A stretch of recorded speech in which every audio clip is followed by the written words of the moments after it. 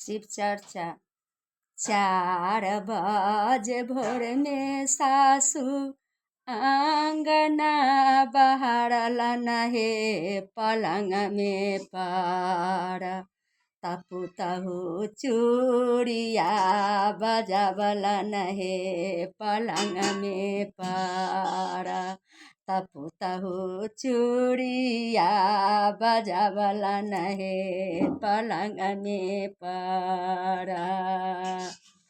4 बजे भोरबा सासू बर्तन धोएला नहे पलंग में पारा।